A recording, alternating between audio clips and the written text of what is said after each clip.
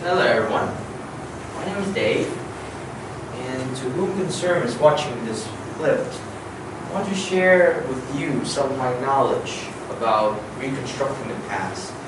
So let me define about reconstructing the past, which basically is another alternative of nostalgia, which means you feel like the modern times, it's not really good. So instead of trying to fix it or improve it, you decided to turn it into another past we have been through. So let me put it easier on the board. So just basically, modern times have a lot of bad things happen, right? Well, climate, social issues, well, etc. A lot more. So, well, there's a lot of solution on how to solve and get rid of this problem. Well, we've been thinking for decades, over decades. It's been 10 years, over 10 years that we have been thinking to solve and get rid of these problems. The more we develop, the more we understand the fact that these things will be inevitable, and also it's really hard to get rid of. Just like virus, right? You only can get rid of the 99.9% of it, but the 0.1% can still grow and become even worse. So instead, we chose to reconstruct the past, which means that we bring out the past as our standard of living right now. And the answer to all the questions that are occurring in the modern times will be solved and will be assumed to solve by using the past. Okay, enough of the introduction. So there's a lot of aspects of the reconstructing the past: social studies, archaeology, science and technology, and special area. So today I'm going to give you a few of the things that scientists, that governments, that a lot of famous individuals, business, corporates, and organizations have trying to done to reconstruct the past, which is one of the viral topics and the viral concept that we are following right now. So the first thing is about archaeology. Archaeology, of course, a lot of people are getting familiar with it, because when you talk about archaeology, most people will remind us of dinosaurs. Yes, dinosaurs or fossils. These are the two common things that we learned from beginning as a child and from now as an adult, or even older as a person who's hitting old age. We have talked a lot about dinosaurs and fossils, on how to discover them and how to recreate them to make sure that they won't be the species that only appeared in books. They will appear in real life. So there are a lot of methods, and I'm going to name some of you, and I'm going to explain it in brief. So the first one is de-extinction. Second one is cloning. Third one is DNA manipulation.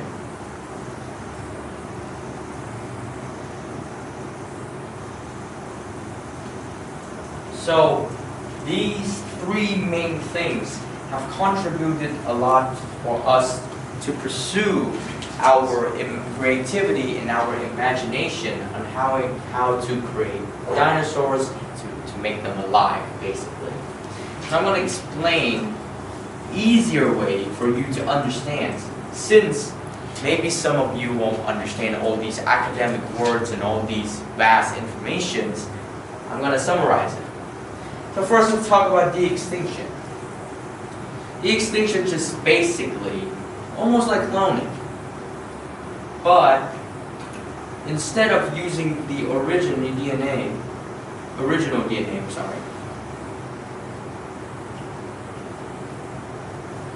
we use a an alternative DNA that have the same trait. Remember this word for me, trait. Because de-extinction and cloning are basically similar in one aspect, and one aspect only is about trait.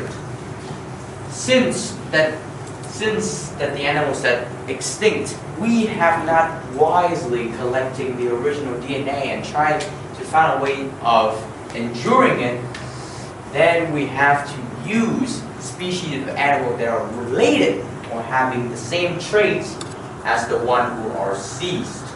So let's take an example, easy example, not too complex. Let's use, steak.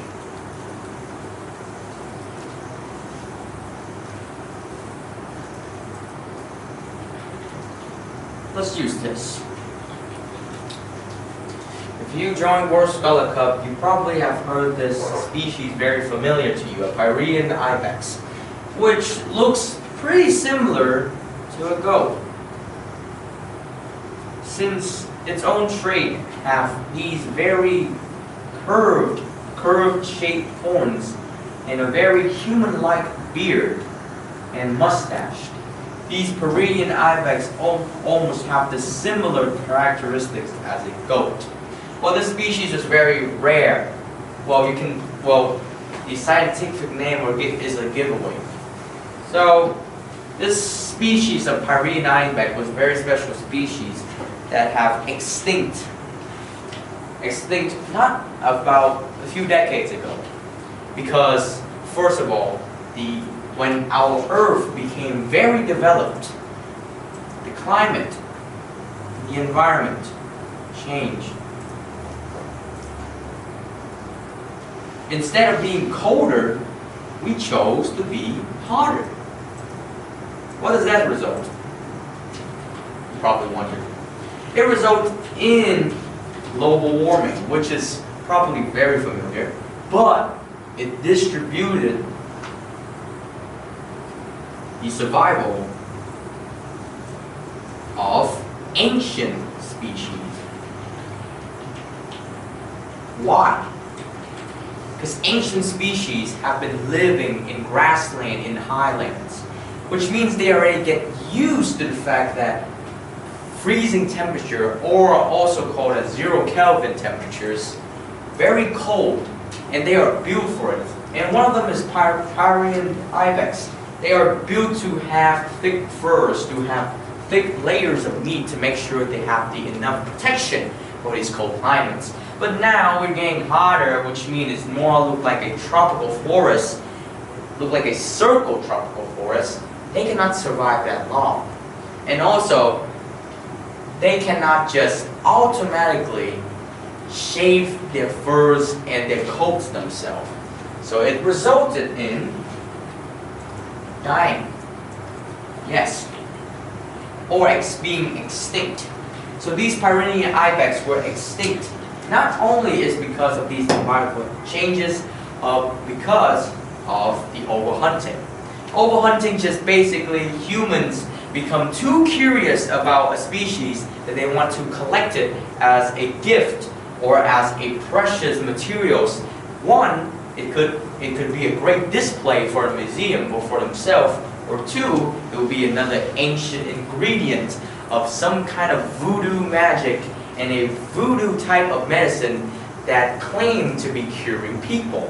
And the ibex has been hunted for their horns, especially very special horns that almost like rhinos. People always talk about it and thought that it will cure a lot of stuff, but actually it just has the same part as a finger. So now, you're probably asking, how does the Pyrenean ibex being de-extinct, how would it still be captured alive in the modern times? Well, as I said before, we use de-extinction. So with the DNA that's left of one of the last ibexes plus the DNA of goats or animals that have same traits, experiments were conducted in trying to combine between this DNA and this DNA to make sure that a Peruvian ibex was born. They succeeded. What does it take? Of course, goats or animals that have the similar trait have been dying a lot, because when you take the DNA, which means you're taking their ability to reproduce, also risking the fact that the last ibex chances to reproduce. So it could either this guy, our pretty guy right here, will die before they could even do something, or exchange for these to die. And the scientists chose to kill the goats, and the animal have the same traits.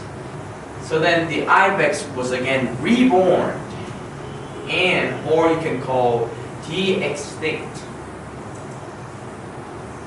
But sadly, he or she died a few years ago. Again, instead of appreciating and enduring their achievement, our world decided to kill the ibex again, and this time there was no help of giving it another life. So again, it's about climate and the needs for materials that causes the ibex death. Okay. So we already finished the de-extinction things and its examples. Now let's talk about cloning. Cloning is a very popular phrase that when you mention about an alternative or doppelganger, that's what most horror gimmicks would say. Cloning is just the same as de-extinction, but the process of manipulating DNA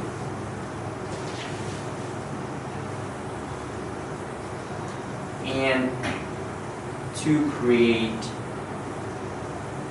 another same kind, or again, as I tell you, trait, to create a same kind or another same trait with different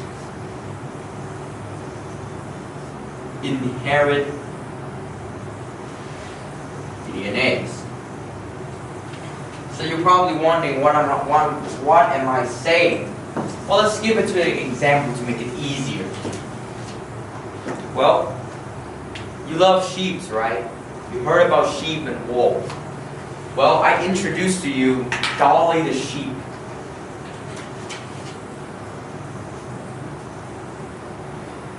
Kids, if you're watching this, you would probably think this is a character in some fairy tale movie or in some books. It's not.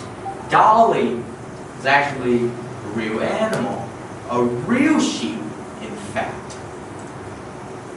And it was one of the first examples, well, I would say first example of cloning on animals. So let me explain it easier to you.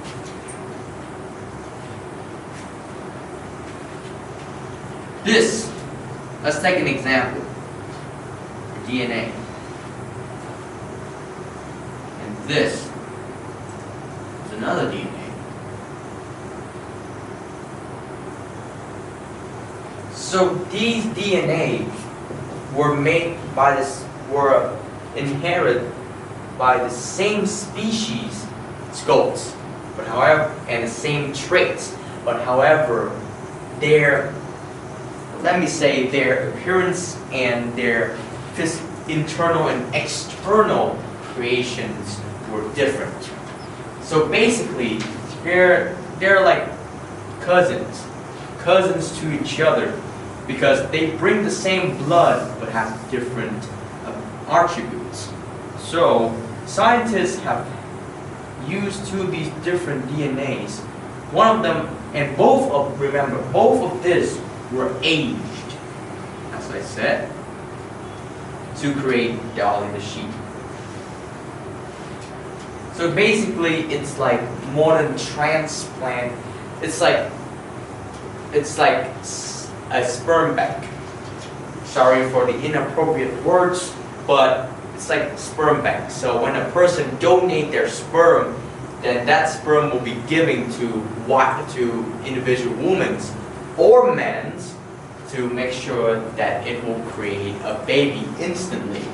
So this is how Dolly the sheep was born. It wasn't born normally. It was born by using cloning, as using combining of these DNAs to create Dolly. Dolly, despite the fact that she is having a shape and the physical attribute as a young sheep, but inside that young sheep is an age, 21, maybe, I remember 16 years of age sheep DNA. So what is that the result of? Well, the good thing is we found cloning, but the bad thing is Dolly didn't live that well, and because she was being cloned, she lost her chance, her ability to reproduce with other sheep normally as a normal sheep would do. So she died very young, despite look very young, but as a 16 years of age of sheep, well, you wouldn't be surprised if she would die about maybe 6 to 7 years of living.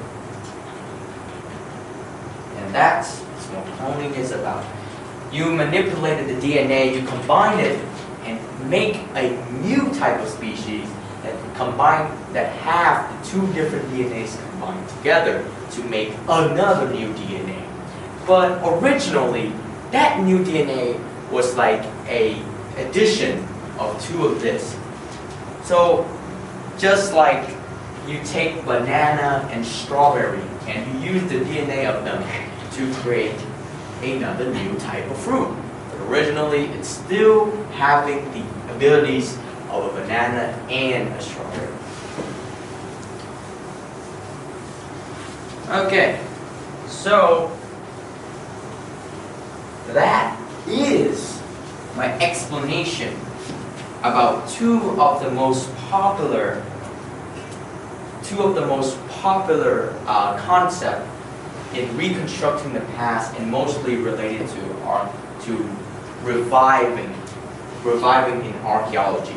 The DNA manipulation, sorry for my misintroduction, it is one of the most crucial parts that could help de-extinction and cloning works. That's basically a material and an ingredient in the formula. So DNA manipulation is that way. So what is the advantages and disadvantages of these type of ways to recreate these animals? Advantages is that recently lost animals, I'm going to make it abbreviated, recently lost animals could be revived. Well, that's certainly a great thing, right? As I said from the start, right? We could revive dinosaurs, mammoth, and other type of species. Another advantage is we could boost the ecosystem, which is a result of these recent laws. How, you may ask? Well, the fact that when we reconstruct these animals to boost the ecosystem, we will bring out the more useful animals that in the past that contribute to our agriculture, contribute to our farming, and contribute to our economy. We could review and recreate these animals to make sure that the sustainability of the environment will match with the economic development. But what is the drawbacks? There are two main drawbacks. First is the fact that of age. As I said before, cloning is a great method to create new types, but however, those types won't live that long, and also it blocks the reproduction and the productivity in borning and in creating new species came out of the same source. So basically, a new created animal could not reproduce by using cloning, and that's very sad. Oh, sorry. And last is risk. Risk here had a lot of ability. So I'm just hitting one main special thing is the risk of losing. Risk have a lot of risk. And one of them in the fact that we're using de-extinction and cloning is of losing the precious DNA that we have collected. Which means if we collect it from a mammoth, that we keep testing, we keep using this piece of DNA to test it, then one day, even if it doesn't bring any success,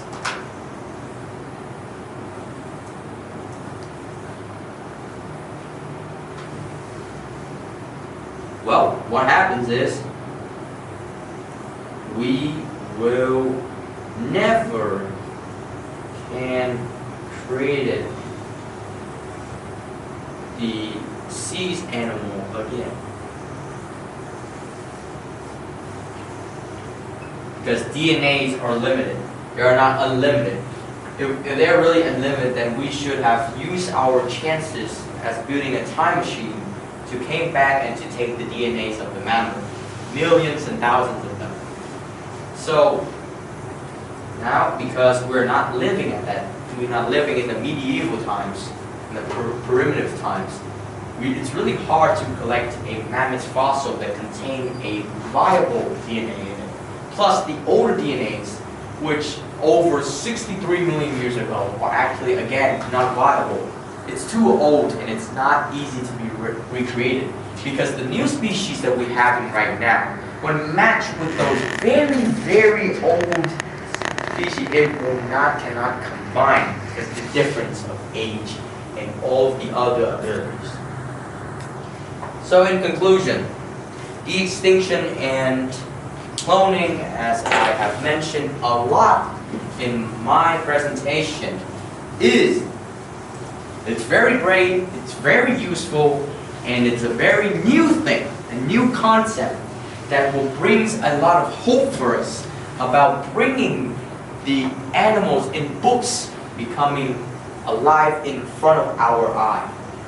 However, drawbacks, it's not practical enough, and it's also pretty inhumane. It's like if we clone a human, then it will change a lot. Plus risk, and plus